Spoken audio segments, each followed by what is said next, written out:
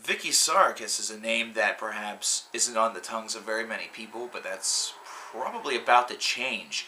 Vicky is actually the new singer of the Agonist, who lost their original vocalist Alyssa to arch enemy after Angela Gasal decided to step down and focus on more of the activities behind the scenes with the band as opposed to being the front woman.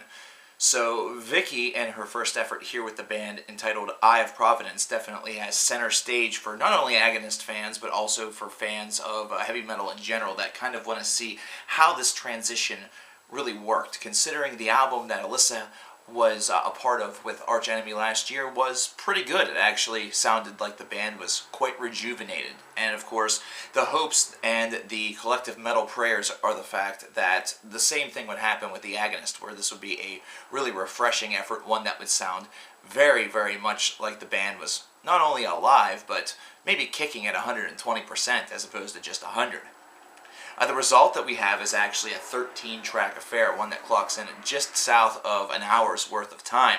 And it's certainly one that has a lot of interesting subplots and subtexts behind it.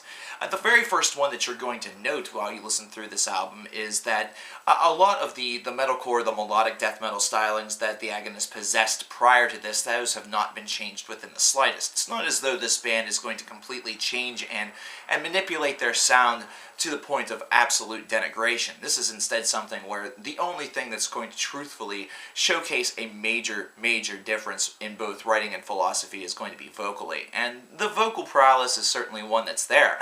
I have to give Vicky a lot of props, considering she does have a dual range to her. She's a vocalist that's able to both growl and also sing cleanly, and sing cleanly with a fairly decent range. So this is definitely a fit that seems like it would be perfect for the Agonist. Now, what about absolute transition, though? What about whenever we combine everything and we consider what Vicky is able to do?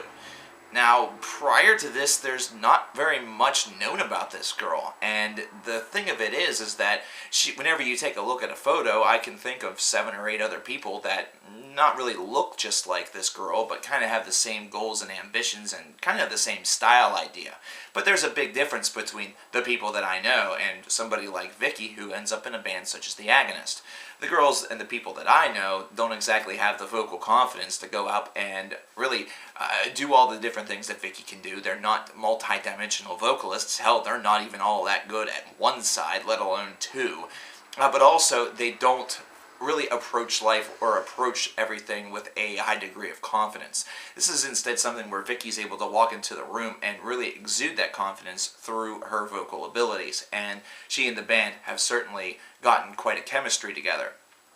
Now, musically speaking, this is definitely a very densely layered and a very, I have to say, it does have a bit of diversity to it. This is one that isn't straightforward all the way through. There are some elements where things kind of tone down a little bit. It definitely feels like it has a certain element of differentiation between track to track, although a lot of them that kind of focus a little bit more heavily on the melodic death metal influence definitely seem to kind of wear the idea a bit to death. It's one that kind of borders on the typical sense, as opposed to really rewriting new ground or trying to really push the boundaries of what the Agonist has already accomplished all that much further. It's one that feels very much like it's very static compared to their earlier works, which felt like we could see and hear with each passing track a band growing up. This is not one that feels that way. It feels instead that they're kind of just getting to know one another.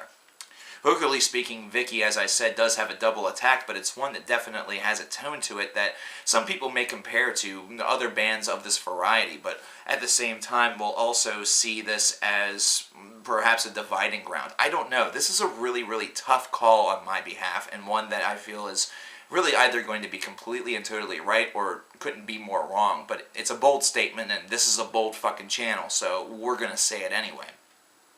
I have a feeling that this vocalist choice is going to make or break some fans within this band. I think it's going to make more than it's going to lose, but I feel as though that her style, especially within her clean vocals, is going to be one that may divide some individuals, say that they've kind of gone a little bit toward the friendly side, toward the radio side, and it's a really difficult thing to really pinpoint exactly what I mean. Perhaps it's some tonal property that definitely seems as though it would suggest and really be very, very helped by something of this nature, but it's one that certainly is present. It definitely feels like this is a melodic death metal or a metalcore band that definitely has a hard rock side to them as well, one that definitely feels as though if a DJ decided to take a risk and throw this on his or her station, I would certainly get a couple of people calling and wondering who the band was or wanting to hear the track again. So that's certainly good for the band whenever it comes to kind of pushing themselves a little bit further. I'm a huge fan of tracks on this album, such as Architects Hallucinate. This is a track that definitely feels a lot different by comparison to the others. It's one that has really a lot of the characteristics of really what I would consider to be an old school philosophy within this style, especially whenever I consider a band such as Arch Enemy, whenever you consider an album such as Wages of Sin or Burning Bridges, that definitely felt like it had its own character to it. It definitely felt like it had its own moxie about it, and these are two albums that involve two completely different vocalists that had two pretty different styles, and it's one where Architects Hallucinate really showcase that Agonist side that is able to kind of take a step back and take a couple of forward-thinking risks, and it's something and a behavior that I really wish that the band would do a lot more often, considering this is where they really excel. This is where they exceed. Whenever they write to kind of the norms of the two subgenres of metalcore and melodic death metal, it's nice enough, but whenever they take a little bit of risk, and whenever they try to kind of go outside the realm is whenever they really excel. Whenever it just kind of sounds and has a tonal quality that is completely and totally different. That's what I really, really dig about this group. It's why I always really enjoyed them, because there was something about them that just felt like it was a cut above, either that or definitely had something there that would kind of keep people coming back. This album has that in droves, and Vicky alone is able to really drive forth a big effort for a lot of re-listening to this album, and also a lot of dedication to the band for the future. But I just don't know if this is the album yet that's going to be kind of the sea change that was really required. I feel like this is one that's kind of, average at best, maybe above average at the very maximum, but at the same time, it's going to be one that involves a lot of growing pains, and that's going to be within fans, and I think it's also going to be within reviewers. It's certainly one that doesn't seem to have that it-pop factor right away, but it is one that holds its own. It definitely holds its own better than the latest release from All That Remains, if you want a comparison point. Overall, I'd probably give this album a 78 out of 100. I really like where they're going with some of these songs and with some of these ideas, but I really feel, and I've said this about bands before, so this is by no means a new statement, I feel like this is sort of the album that just gets us warmed up to this idea, that just gets us sort of introduced to Vicky and introduced to what the band is able to do with her at the vocal helm. Kind of a getting to know you, getting to know all about you moment.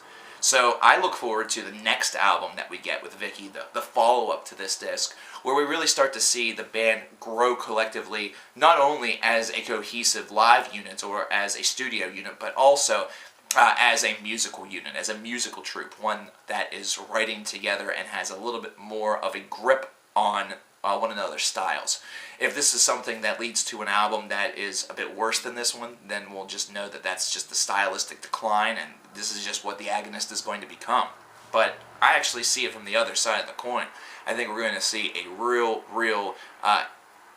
reinvention of this band and a real uptick from this band on the next record, because I just feel like they have way too much to offer in order for this to kind of be the point in which everything starts to take a nosedive.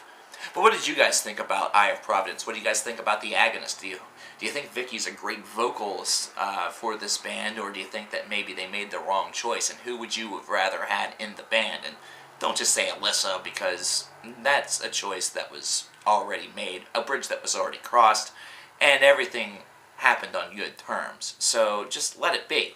But who do you think would be a better vocalist, or is Vicky just fine? I think Vicky's just fine. I think she's going to do great things with this band. Let me know in the comments below. I'll talk to you guys later. coverkillernation. That's me, and you, and everybody who has watched this video and any of the videos that have been posted on this channel. You should watch more of them. You should check out a couple of the other videos. We've just done reviews of All That Remains and Carrick and Gren. We've just done some other videos, some top 10 lists, including 10 plus metalcore bands that I appreciate, that I like. We've done reviews of the new Blind Guardian album if you haven't checked that out yet. And upcoming, we have the new Steven Wilson album, which is coming very, very, very soon, and I'm very excited about. So definitely subscribe to the channel. We have new content just about every single day. I'll talk to you guys later. Peace.